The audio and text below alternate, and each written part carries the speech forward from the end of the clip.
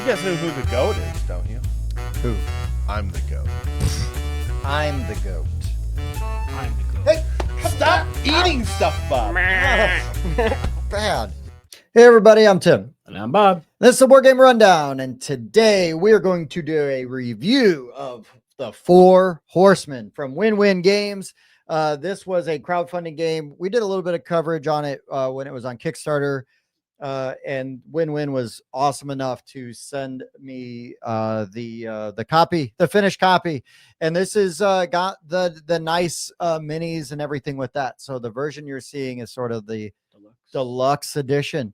But the standard edition will have standees for these guys and stuff like that. I believe you'll still have like the plastic First player marker. Yeah, things like that. And then this is also a play mat that came with it. But there is a board for the map, a board for the events, and then the board for the board's making it a little bit more modular. The Horseman track. Yeah, you could kind of slide them around, put them where you need them Right to be. But I wanted to use the play mat. Yeah, for sure. Yeah, because we had the opportunity to do it. But in this game, basically, we're going to be playing as heroes or ancient heroes from different pantheons.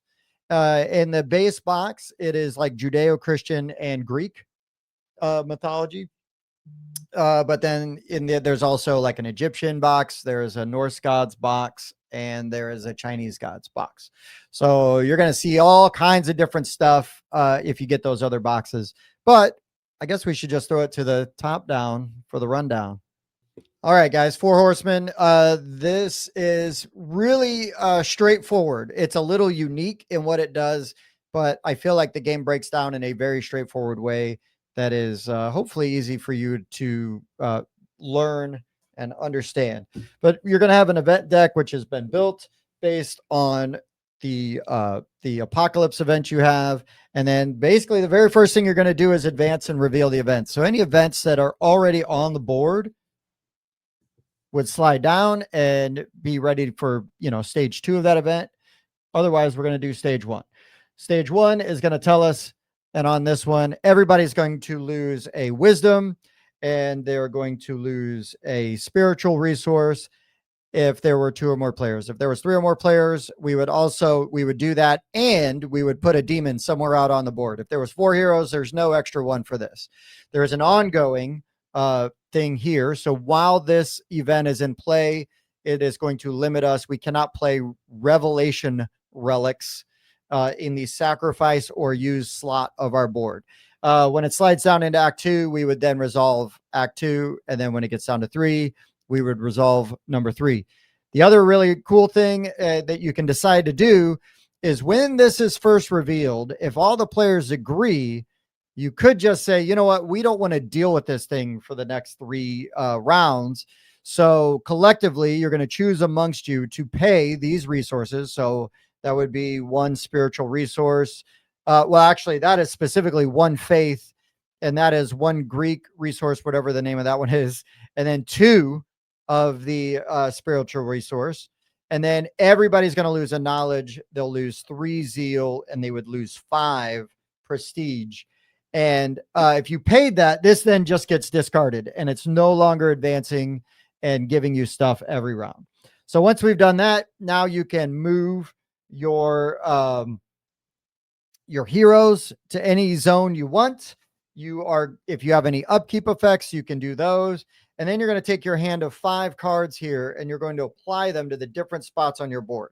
So most characters, Bob's character today was an exception to that rule. Most characters will have 2 boon spots, a use spot, and a sacrifice spot.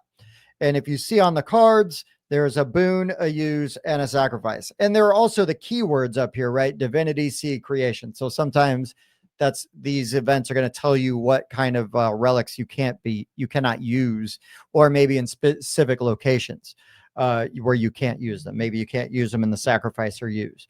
So then you're gonna decide where you're gonna place the cards. That last card is going to get discarded, and you're not going to use that one. So once you've placed your cards out, and everybody does this sort of at the same time, then we have finished the planning phase. So you can do those things in any order. You can move, basically once for free. You can play your cards out. and then any upkeep effects. So again, do those 3 things in any order. Then in player order, you're going to resolve a section of relics on your board. So you're going to resolve your boons, or you're going to resolve your use, or you're going to resolve your sacrifice. If you do your boons, you're going to do both of them. That's one whole section.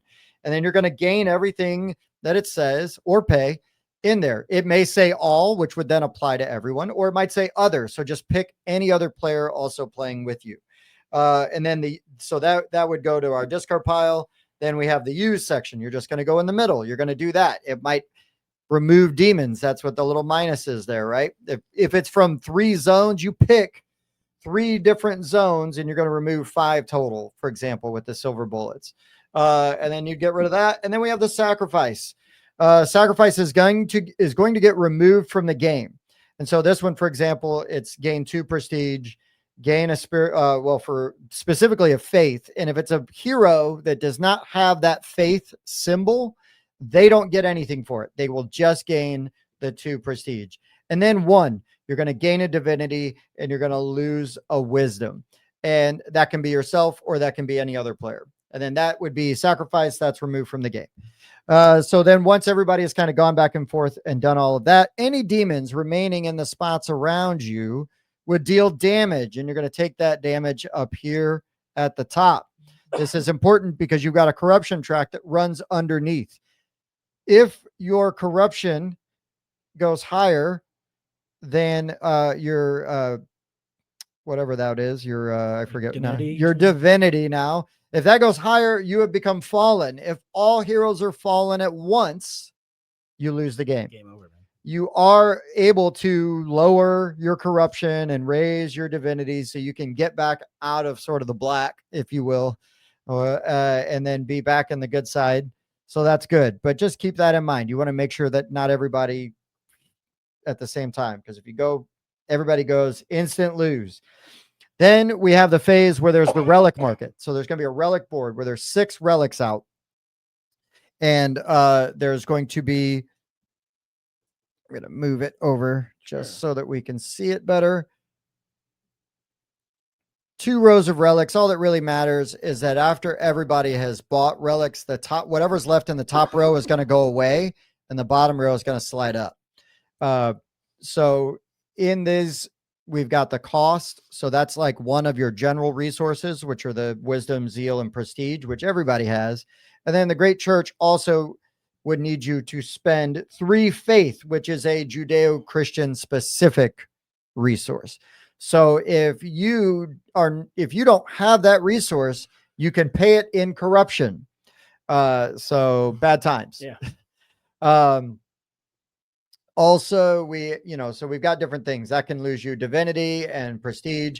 You're going to gain these cards. They're going to go to your discard pile there, and they're all going to give you different sort of things and abilities, and some work well with other pantheons, some work well at getting rid of demons or moving them, and some of them just give you a crap ton of resources, which is super important and always good. Once we have done that, you're going to draw up to a new hand of relics. So any card that you got that says, hey, draw a card, you're going to put it off to the side by this extra card draw spot on your player board. And then because what's going to happen is you're going to draw 5 cards if you can. And then you're going to add that extra card draw to your hand, which is going to give you more options on your next round. Yeah. Then we would refill the reliquary. So we're just refill that whole market there real quick. And then we're going to advance time.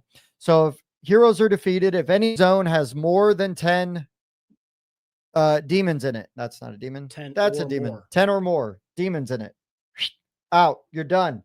Apply any end of the hour effects. So that might come from either your apocalypse event or your event card.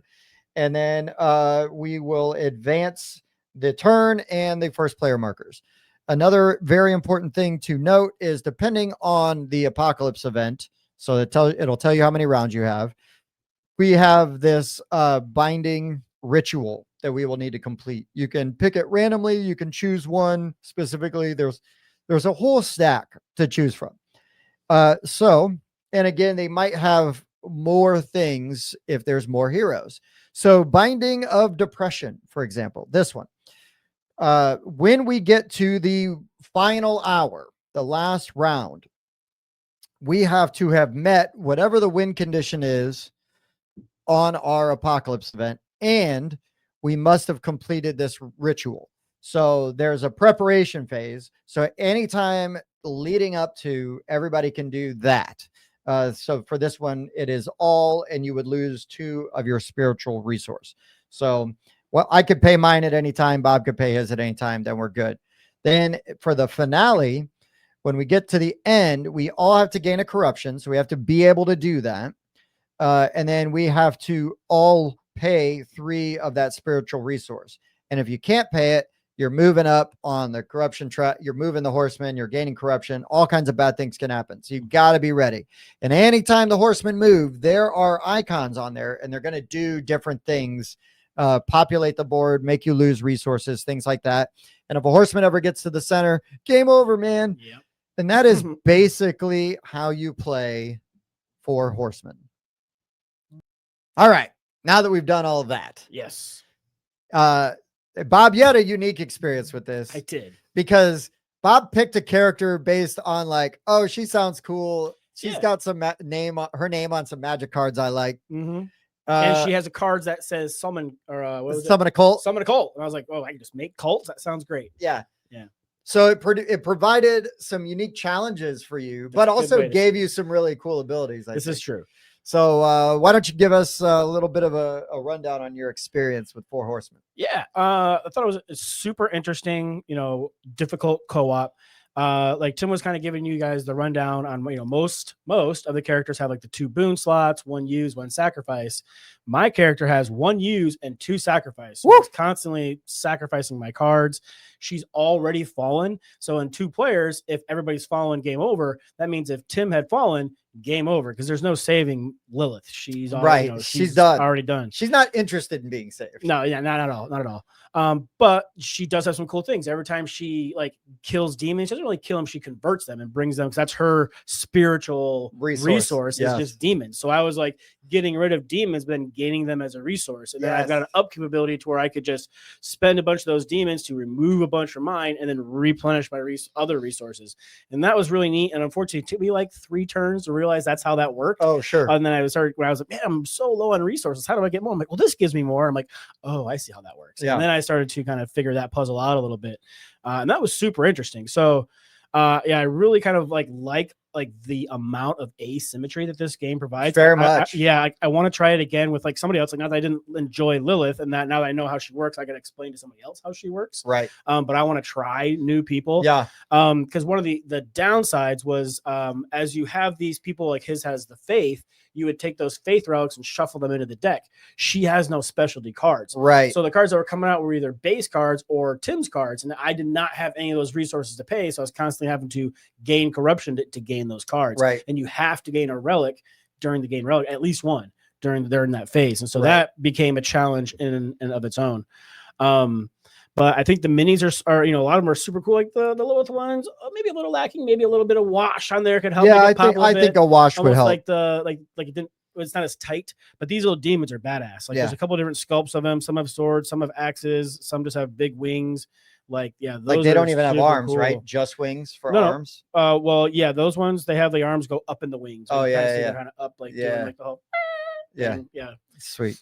But yeah, the art is super cool. And just tough game. You're going to get smacked around quite a bit. It's not Empire happy time. No. No. Yeah. But it is kind of fun how like fast you can board wipe the board. So full. Yeah. Then I'm like, oh, I have 6 dudes there. I'll erase those. I'll get rid of 6 of these, get rid of those, gain 2 of each resource. And then I can now move and then like do all my cards that get rid of more, gain more demons back. Like the combos felt good though, right? It did. Yeah. The turn order card is super helpful to kind of keep the game flowing without having to go back to the rule book, over and over again. Yeah, so, if you're a patron, you can see our play. But we referenced the rule book a few times, but not. But it was mostly just for like clarification. On the wording, and every time I feel like it worked the way you thought it would. Yes. But since you play so many games, you do see some things like maybe it doesn't. So we wanted to make sure we were doing it, as close to correct as we could. Yeah. But also like the point of the Patreon is so you can see us play the game and like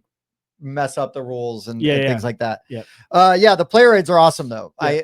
And they do the 2-sided ones, so we each just kind of had one flipped on each side.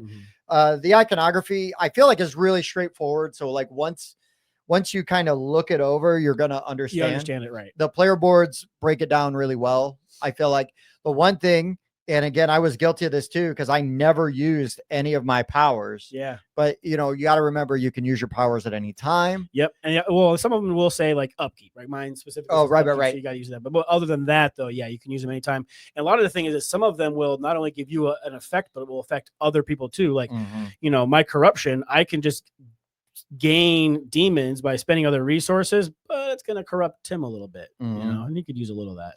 But that pursue victory I should have been doing early and often. Oh, right. You know what I mean? Right. Like, because that's one, like once per hour, I could just, because a lot of my cards, I was just discarding one card because I can only play 3 anyway.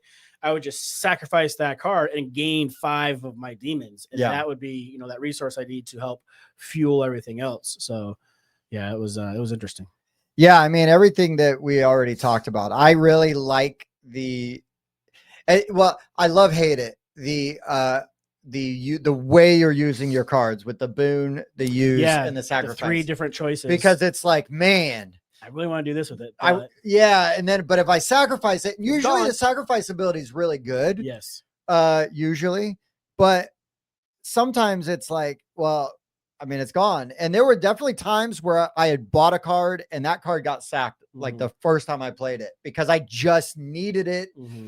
To do like that pot of gold, which gave me like 6 of any resource. Yeah. Like I would have loved to use that for its other abilities, but so badly I needed those resources. And that really pushed me, I think, over the edge to help me at least finish my part of the deal for being able to finish the game. And the other thing, since we were playing Cthulhu, he had a thing where you had to sacrifice, in addition to your sacrifice cards, either your use or one of your boons. And since I have no boons, I had to get rid of my use. So I was literally sacrificing all 3 of my cards every time. So yeah, that really burned through my cards pretty quick. Yeah, I mean, we were basically out of cards at the end of the game. And we needed to be. Yeah, which we needed to be, but it's tough. It is tough. Because it's getting skinny. And then as these guys are moving up, I mean, they're depleting your resources, they're populating the board. And it's like, oh gosh, okay, how do we do this? It doesn't look like they advanced much, but we pushed that death dude back probably like 5 or 6 times. Oh, seriously? Yeah. Otherwise, he'd be like on the precipice. He would be.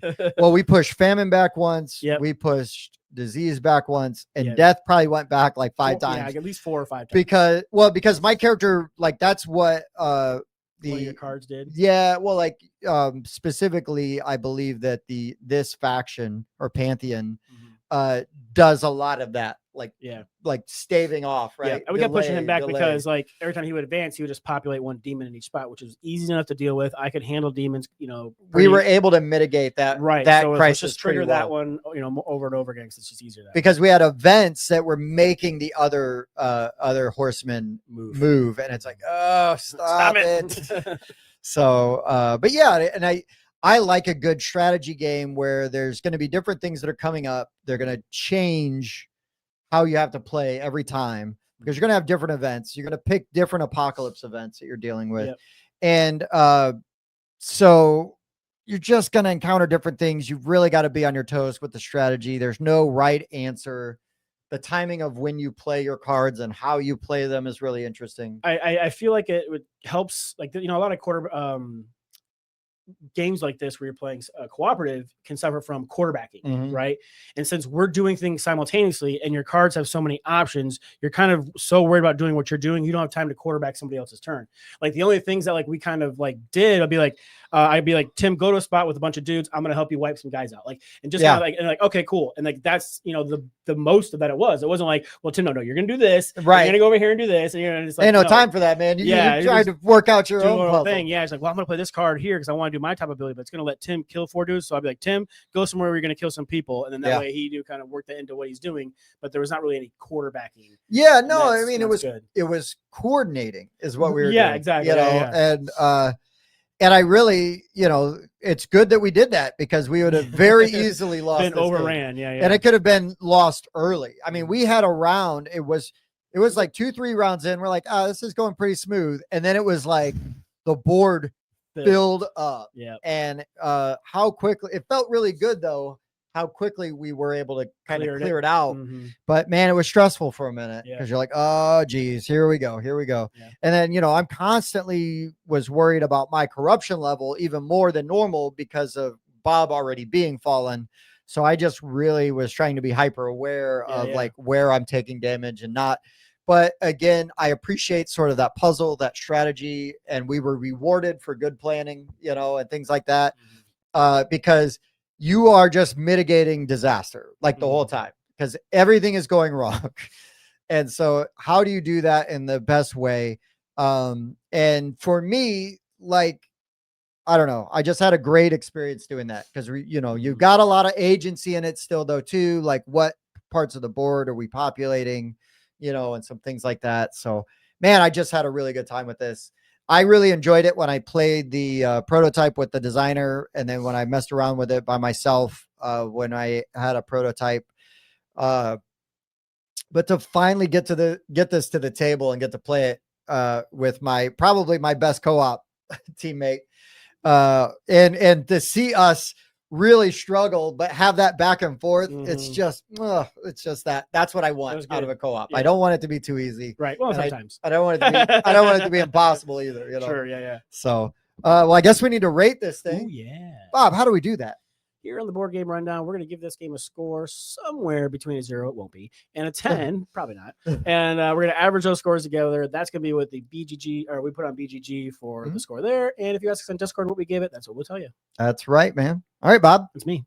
It's the end of the world as we know it. Uh-oh. Do you feel fine? I do. Okay, good. I've already fallen. What do you rate for Horsemen? So I was honestly considering knocking it at half a point for the color issue, right? So it has these cubes here, they're different colors for the different things, but it honestly doesn't matter, like, because even though like these cubes kind of like look identical, they're going in and out of one thing. There's an icon on them, and that's really, oh, I could put the blue one in here, it wouldn't matter because as long as it's in this spot, I know it's considered a zeal. So I'm not going to knock it the half a point for the color, although we're just saying out there, these look pretty, but there's not enough color saturation for colorblind people to really distinguish them apart. So I just wish people would steer clear or just saturate it with solid colors. Better. But anyways, that all being said, I'm going to give it the 8.5. I think it deserves. Yeah, hell yeah, man. I am right there with you at an 8.5. So you can put that calculator down. Right the only thing that like, and it's a personal choice, is I feel like the iconography does exactly what it's supposed to do. But I feel like aesthetically, this could look a little prettier. Sure. But if that's my only complaint, because the card art is amazing, the board art's amazing, the miniatures are great. I mean, they're fine, you know, they're good enough. Yeah. You know, like they do what they need to do. Warhammer quality minis, but but I don't need solid. them. Right. And if they're strong enough to where they're not like bending or breaking. And if we weren't using these, we just put red cubes out here and they would do the same thing and that'd be fine too. Yep. Because it conveys it to be funny though. We were using that as Bob's spiritual resource because they're demons. Because they're demons. Yeah.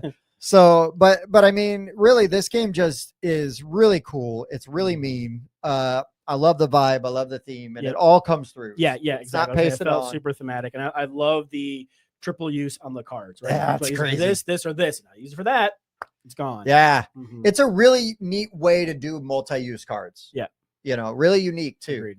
So, yeah, no, I'm glad you liked it, man. Yeah. That just means we're going to get it to the table more often. That's true. Because we can plan some really tough ones and dig into the other scenarios. Yeah, I was going to say, I want to check out the other.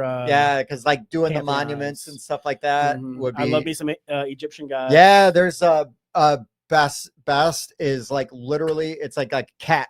Like the miniature is like a cat, which is awesome. So, and then the bad guys in that, the apocalypse events are like Horus and Ra and Anubis and stuff. It's like, yes. So really cool things. And again, each apocalypse event, they're going to resolve sort of like their own way that is thematic to them. So you're going to have different things that it's doing, like malaise. I forget what malaise does, but it felt very malaise. You know, it did. Just saying. I'll stop saying malaise now. Thank you. All right. Well, so 8.5 from Board Game Rundown. It's pretty solid. Pretty damn good. So if you want to check this out, please do. If you do, let them know the Board Game Rundown sent you. We'd appreciate that.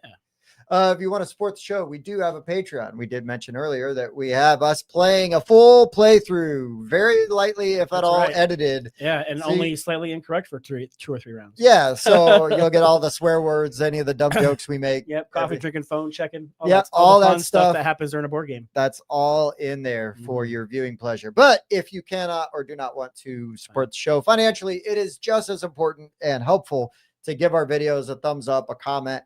Let us know which one of your 4 horsemen is your favorite: death, disease, famine, or war. Are you supposed to have a favorite 4 horsemen of the apocalypse?